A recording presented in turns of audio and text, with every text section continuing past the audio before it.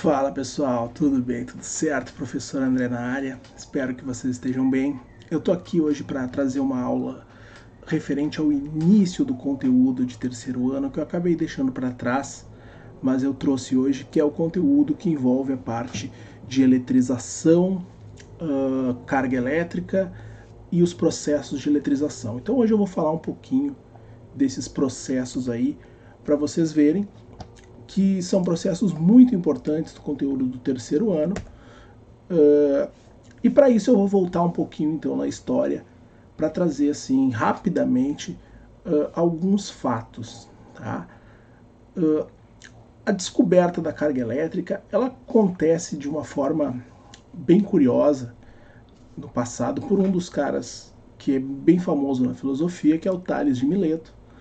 E esse cara ele não descobre exatamente a carga elétrica, mas ele é o primeiro a ter um contato com essa parte da ciência. E eu acho que a grande expertise do Tales foi não ter desprezado isso ou tratado de forma mística. Ele tratou como realmente um fenômeno da natureza.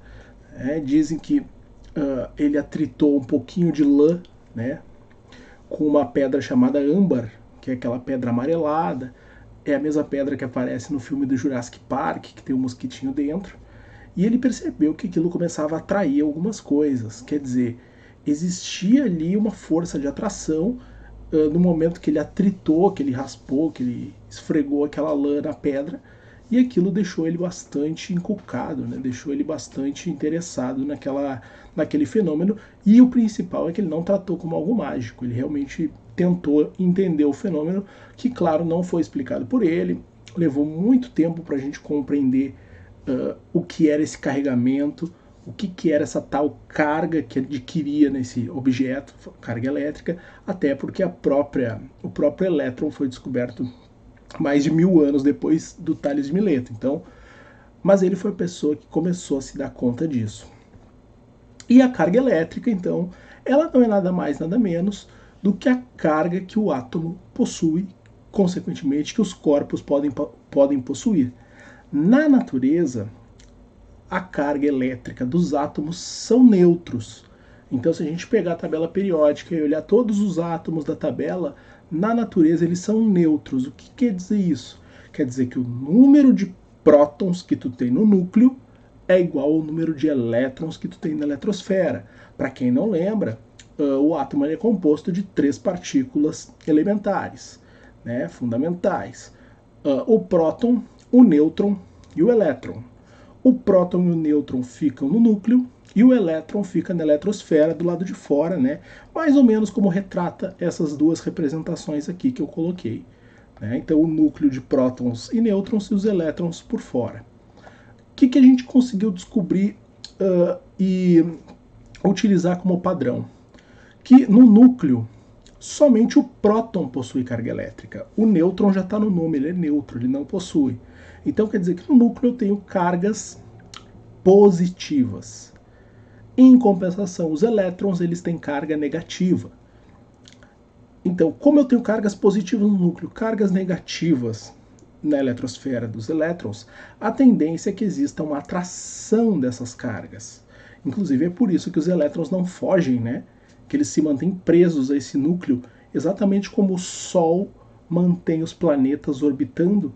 É a mesma coisa o núcleo, ele mantém tudo ali preso, né, graças a essa força de atração. Então, o núcleo atrai os elétrons porque essas cargas são opostas. E é daí que vem aquela expressão que vocês com certeza conhecem, os opostos se atraem. Né? Essa é uma expressão meia verdadeira, porque falta outra metade, né? Porque a expressão correta seria os opostos se atraem e os mesmos se repelem. Quer dizer, cargas de sinal oposto tendem a se atrair, cargas de mesmo sinal tendem a se afastar. Mas por que eles são neutros na natureza esses átomos? Porque no núcleo, gente, a quantidade que tu tem de prótons é a mesma que tu tem de elétrons. Então, se a gente supor aqui, por exemplo, vou pegar esse exemplo aqui, ó, de baixo. Vamos imaginar que essas bolinhas azuis, está escrito aqui, são prótons. Imagina que a gente tem 3. Tá? Olha os elétrons amarelos, também tem 3. Então eles têm a mesma quantidade de prótons e de elétrons. Como um é carga positiva e o outro carga negativa, essas cargas vão se anular. quer dizer, tu tem uma anulação fazendo com que o teu átomo seja neutro. Neutro é diferente de não ter carga. Não vamos fazer essa confusão. Às vezes as pessoas caem em pegadinha por causa disso. Pensam o seguinte, então quer dizer que num átomo da natureza não existe carga. É errado falar isso, porque se tu tem prótons, tu tem elétron, existem cargas ali. A questão é que o somatório deu zero, mas as cargas elas existem. Tá? Então o fato de ser nula não quer dizer que não tem carga ali. Tem carga, mas a soma deu zero. É que nem a gente aqui parado. A gente está parado aqui, né? Mas não é porque a gente está parado que não existem forças atuando sobre a gente. A gravidade, por exemplo, é um caso, né? Então a gente não pode fazer essa confusão. Tá? O corpo ser neutro não quer dizer que não existam cargas nele, só quer dizer que a soma deu zero. Tá? Então, basicamente, gente, tudo que envolve carregamento de um corpo, carga elétrica de um corpo, tem a ver com esta desigualdade entre o número de elétrons e prótons. Quer dizer que se eu conseguir mudar o número de elétrons em relação ao número de prótons do átomo, eu vou começar a ter um átomo carregado. Ele não vai ser mais neutro. Então o jeito disso acontecer é justamente mexendo nesses elétrons da eletrosfera. Nunca se mexe no núcleo. Tá? O núcleo é muito forte, a força interna dele é muito grande, então não dá para mexer, tirar próton, adicionar próton, somente os elétrons que a gente pode mexer. Por isso até que o nome dos processos de carregamento são chamados de eletrização, é porque a gente literalmente mexe nos elétrons. Então vocês vão pensar comigo o seguinte, né? Se eu quiser mudar a carga desse átomo, deixar ele com carga, né? Deixar ele não sendo mais neutro, tu vai ter que ou adicionar elétrons para eles terem mais do que o número de prótons, ou retirar elétrons para ficar com menos. Então essa desigualdade é que faz o corpo ficar carregado. Mas a gente já vai falar sobre isso. Vamos primeiro então entender como funciona essa carga e como se calcula a carga elétrica de um corpo. Tá? Vamos lá. Como que eu deixo o corpo então com carga? Duas formas. Adicionando ou retirando elétrons. Olha aqui o que eu coloquei. Ó. Um corpo que perde elétrons fica positivo. Significa o quê? Que se eu pegar, olhem aqui, ó, imaginem aqui no desenho, tu tinha 3 elétrons e 3 prótons. Se eu arrancar fora, tirar esse elétron dali, vão ficar só 2 elétrons contra 3 prótons. Vocês percebem que vai ter mais prótons do que elétrons, consequentemente tem mais cargas positivas do que negativas. Então esse átomo não vai ser mais neutro, ele vai ser positivo. Quer dizer que quando tu arranca elétrons, tu tira elétrons, ele fica positivo. Em compensação, se tu adiciona elétrons, o átomo fica negativo. Então olha aqui, ó, imagina que tu tivesse então 3 elétrons, 3 prótons, e eu trouxe mais um elétron para cá. Fiquei com 4 elétrons contra 3 prótons. Tem mais elétrons, tem mais cargas negativas, o átomo fica negativo. Então pensem sempre assim, ó, retirei elétrons, o corpo fica positivo. Adicionei elétrons, o átomo, né, o corpo fica negativo. E a forma de calcular essa carga elétrica é muito simples. A carga, ó, carga total, né, essa carga que a gente vai descobrir, ela é dada pela letra Qzão, né, o Q maiúsculo, igual ao NE. O que é NE? N é o número de elétrons adicionados ou retirados. Tá? Então, o número de elétrons adicionados ou retirados. Se eu estou adicionando elétrons, vocês vão dizer que o N aqui é positivo, tá? Porque ele está ganhando elétrons. Se eu estou retirando elétrons, a gente vai considerar esse N negativo porque tem uma perda, tu está tirando elétrons dali. Então a gente usa sinal nesse N. Tá? Quando adicionar elétrons, mais, positivo. Quando retirar elétrons, menos. E a carga elementar, que é o E, é o valor da carga elétrica, seja ela do próton ou do elétron. As duas têm o mesmo valor de carga. Tanto o próton quanto o elétron têm o mesmo valor para carga, por isso até que elas se anulam. Né? O valor da carga elementar é esse número que vocês estão vendo aqui. Ó. Se vocês olharem, os dois têm o mesmo número. Ó. 1,6 vezes 10 na menos 19 coulombs. É o mesmo valor para o elétron e é o mesmo valor próton. A diferença é o sinal. Né? Como eu já falei para vocês, o próton é positivo, por isso eu uso mais, e o elétron é negativo, a gente usa menos. Mas o valor da carga é 1,6 vezes 10 na menos 19. Tá? É esse número mesmo, notação científica, um número bem pequeno, mas esse é o valor da carga elementar que a gente usa. Então o cálculo de carga é bem simples, tá? Eu vou mostrar um exemplo agora para vocês verem a gente utilizando, tá? Peguei duas questões bem fáceis e bem simples. Olha só. Um corpo tem 20 elétrons retirados. Qual é a sua carga total? Bom, se eu estou retirando elétrons, ele está perdendo. Se ele está perdendo, olha só, quer dizer que eu estou tirando 20 elétrons. Então, o meu N é igual a menos 20 elétrons. Estou retirando, né? O N negativo. E como eu estou falando em elétrons e não em prótons, significa que tu tem que usar a carga do elétron, né? Se tivesse escrito aqui, com tantos prótons no núcleo determine a carga. Bom, daí a gente usaria o valor da carga do próton, mas a questão está falando em elétron, então a gente usa a carga do elétron, que é essa aqui, ó, menos 1,6 vezes 10 na menos 19 coulomb, unidade de carga elétrica. Aí a gente quer descobrir então essa carga total. Não tem muito o que mexer aqui, tá, gente? É só substituição de fórmula e calcular direto. Aqui não tem muito o que fazer mesmo. É pegar a fórmula, né, aquela do Q igual a N que eu mostrei no slide anterior, e a gente vai substituir o N por menos 20 e a carga do elétron por menos todo esse número aqui, 1,6 vezes 10 na menos 19. É muito importante reconhecer esses sinais, tá? Porque eles vão interferir diretamente na resposta. Tá? Então a gente vai ter uma multiplicação, menos 20 vezes menos 1,6 vezes 10 na menos 19. Vamos multiplicar a notação científica, né? Para quem lembra, essas regras aqui são regras simples. É só multiplicar o menos 20 com menos 1,6, tá?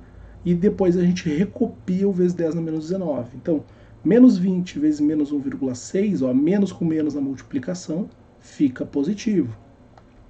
Então, menos 20 vezes menos 1,6 dá mais 32. Tá? Viu que ficou positivo. Vezes 10 na menos 19. Até ali não tinha mexido, então. Tá? Aqui a gente já fez a multiplicação, a questão está praticamente finalizada. Tá? A gente só vai arrumar a resposta porque é um padrão utilizar a notação científica com o valor máximo aqui sendo 9,9. Né? O máximo limite é 10. Então, 32 é um número maior que 10, a gente tem que ajustar essa notação científica. Tá? Então, é só uma questão de padronização. Vamos ajustar isso aqui. É só a gente pegar a nossa vírgula e caminhar de trás do 2, imagina que está ali atrás do 2, e passa aqui para frente do 2, ficando entre o 3 e o 2. Então, tu andou uma casa com a vírgula para a esquerda, soma 1 lá no expoente. É por isso que o número vai ficar aqui, ó, mais 3,2 vezes 10 na menos 18. Então esse é o valor da carga total. Não é um cálculo muito difícil, não. É um cálculo relativamente simples aí para quem domina as notações científicas. E a questão 2 é o inverso, tá? Mas é a mesma coisa. Mas antes de eu passar para 2, uma análise rápida aqui na 1. Quando eu retiro elétrons, vocês podem ver aqui no outro slide, quando tem perda de elétrons, né, quando eles são retirados, o átomo, o corpo tem que ficar positivo. E olha só, ficou. Tá? Então, essa parte teórica tem que bater com a matemática, né? Não pode ter diferença nisso. Se a gente já chegou à conclusão que tirando elétrons tem que ficar positivo, no cálculo também vai ter que ficar positivo. Não pode ser diferente disso. Tá? Então, se as respostas não estiverem batendo, tem coisa errada aí. Tá? Tem que olhar melhor o que tu fez. Vamos ver a 2. Um corpo tem 100 elétrons adicionados. Qual seria a sua carga total? Bom, adicionou, está ganhando elétron, o N positivo, mais 100. Ainda estamos falando em elétron, então usamos a carga do elétron. Está aqui, ó. Carga do elétron, menos 1,6 vezes 10 na menos 19. Então a gente vai tentar descobrir o nosso Q. Q igual a NE. Então o Q igual a mais 100, né, que é o número de elétrons, vezes a carga do elétron, que é a mesma que a gente já vem usando, menos 1,6 vezes 10 na menos 19. Tá? Na multiplicação, igual a gente fez lá em cima, multiplico 100 com 1,6. Cuidado com a regra de sinais da multiplicação, né? Mais com menos fica menos. 100 vezes 1,6 dá 160, então vai ficar negativo.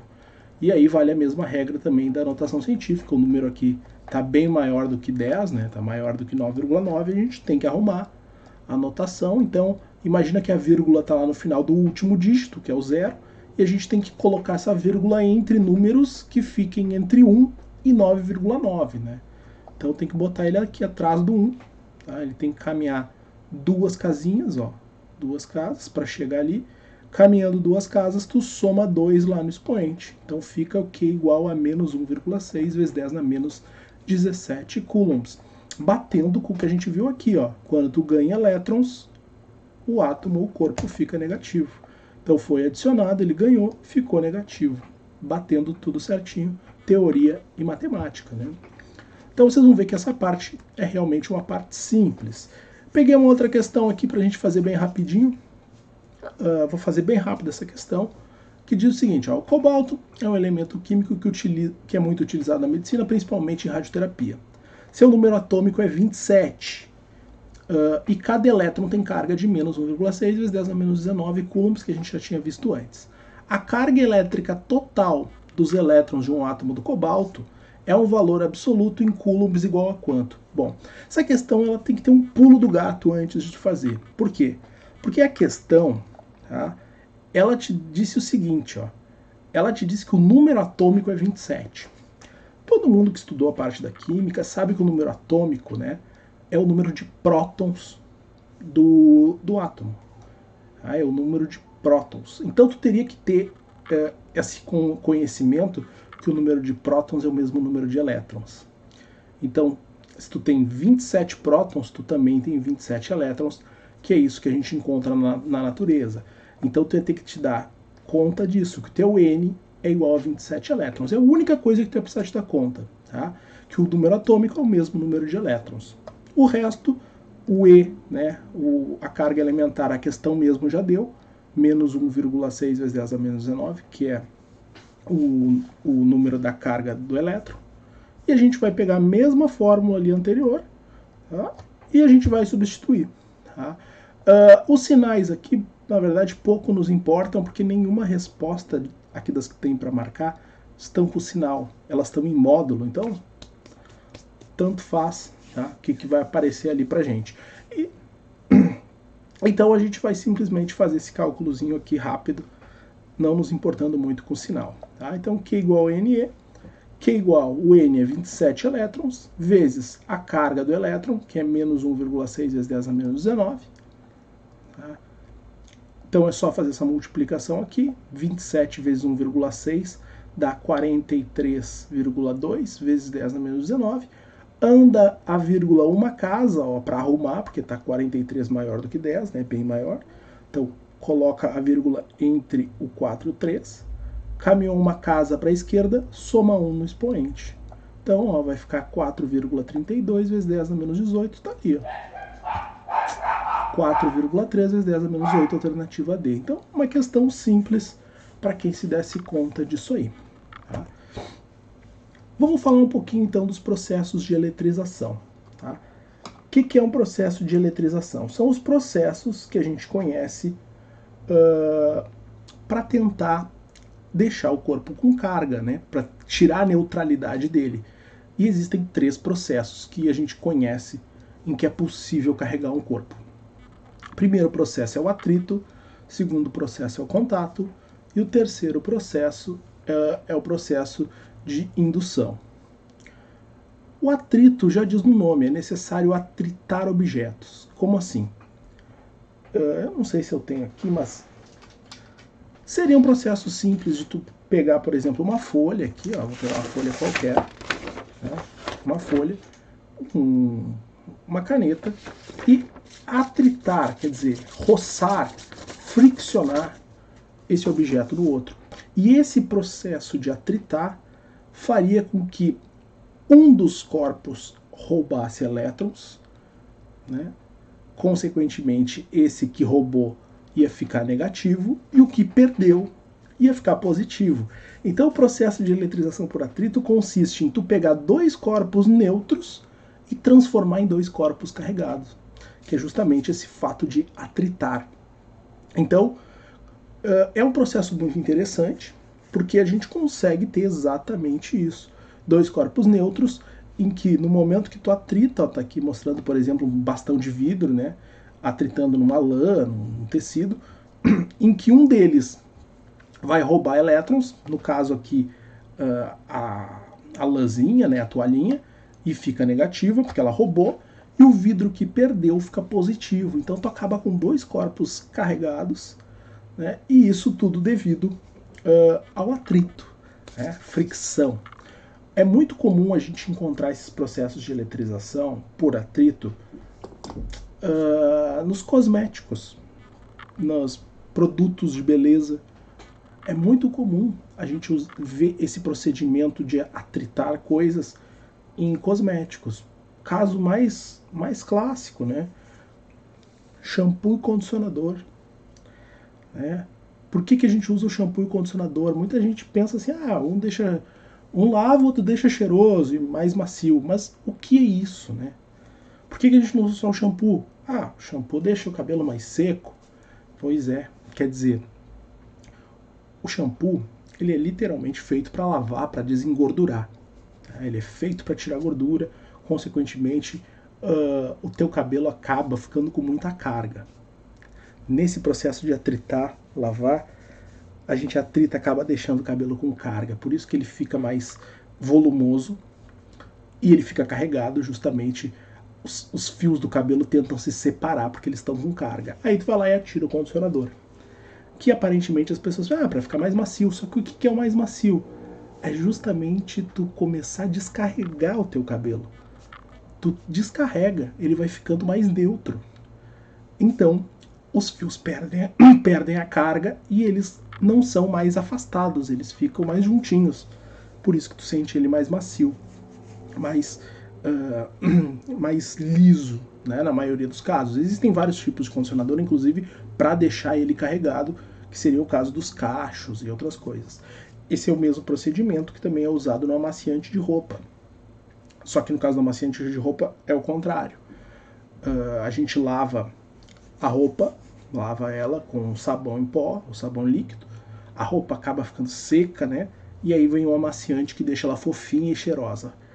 O fofinho é justamente a gente adicionando carga à roupa. Porque os fios vão adquirir carga e, consequentemente, eles vão se afastar, deixando o ar no meio dos fios, que é o que dá a sensação de fofinho. É justamente esse carregamento que é feito pelo amaciante. Então a gente às vezes nem se dá conta, mas a gente tem uma eletrização por atrito ali. O segundo processo de eletrização é chamado de eletrização por contato. O que é eletrização por contato? É quando tu tem um corpo carregado e a partir daí tu consegue carregar outros objetos a partir do toque. É necessário que pelo menos um deles tenha carga. Tá? Então, por exemplo, se eu tiver aqui uma caneta carregada, tá? Carregada, e eu for encostar, eu não sei o que eu tenho aqui na mesa agora, mas, por exemplo, tem um controle remoto aqui. Vamos dizer que ela tem carga e o meu controle é neutro. No momento que eu tocar o controle nesse objeto carregado, ele vai distribuir essas cargas nos dois.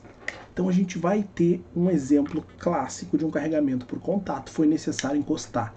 E aí ocorre uma distribuição de cargas. Então é por isso que a gente também acaba tendo a questão de levar choque e tal, que é por contato, né? Por encostar nas coisas e as cargas são distribuídas para a gente. Mas isso é papo para outro momento. Então, no processo de eletrização por contato é necessário que um tenha carga, o outro pode não ter ou ter, né? Mas o importante é que no momento que a gente encostar os dois, seja os dois com carga ou só um deles, os dois vão acabar com o mesmo sinal de cargas. Então, por exemplo, se a minha caneta era negativa e eu encostei ele neutro na caneta negativa, os dois ficam negativos. Não é que nem na eletrização por atrito que os dois acabam com cargas diferentes. Na eletrização por contato acabam com a carga de mesmo sinal. Então, sempre assim. Então aqui tem um exemplo na figura do lado, ó, onde, por exemplo, eu tenho uma bolinha carregada positivamente e uma outra bolinha neutra, sem carga. No momento que eu encosto as duas, vão ver que ocorre uma distribuição de cargas. Ó. Uma parte dessas cargas que estavam aqui passaram para a bolinha neutra e os dois vão acabar positivos. Claro que essa primeira bolinha, ela perde uma parte da sua carga para o outro objeto. Então, a carga que ela vai ter aqui não é a mesma que ela tinha no início, ela distribuiu essa carga. Se as bolinhas forem do mesmo tamanho, se os objetos tiverem o mesmo tamanho, a distribuição é igualitária, é a mesma. Tá? Tu vai distribuir exatamente, por exemplo, se tu tinha 4 cargas numa bola e a outra era neutra, mas é do mesmo tamanho. No momento que tu encostar, as duas vão ficar meio a meio, né? Vai distribuir 2 para cada. Tá? Isso vale para qualquer carga, tá? Que nem aqui no caso está negativo, é a mesma coisa. O fato de ser positivo e negativo não muda o processo. Tá? Se tu tocar uma esferinha neutra, vai passar as cargas negativas para lá, ficando as duas negativas. Claro que uma acabou com mais cargas que a outra, porque essa bolinha branca é maior que a azul. Mas se elas fossem do mesmo tamanho, ia distribuir exatamente meio a meio. Tá? Eu tenho uma questão exemplo aqui, justamente para mostrar isso para vocês. Questão bem simples, mas para vocês enxergarem essa matemática. Ó. Imagina que tu tem uma bola, uma esferazinha, de carga 2 coulombs positiva e a outra neutra, 0. No momento que eu tocar as duas, vai ocorrer essa distribuição. Né? Como que a gente vai ver essa distribuição? Seguinte, vocês vão somar todas as cargas, somar mesmo, todas as cargas que existem e dividir por 2, que era o número de esferas.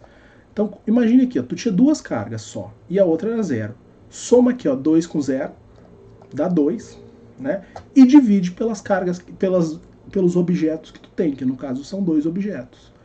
Isso quer dizer que no momento que eu separar, as duas vão estar positivas, porque uma era positiva, a outra era neutra, e vai ter 1 coulomb em cada, porque eu distribuí metade, né? Distribuí exatamente meio a meio. A fórmula está aqui, ó.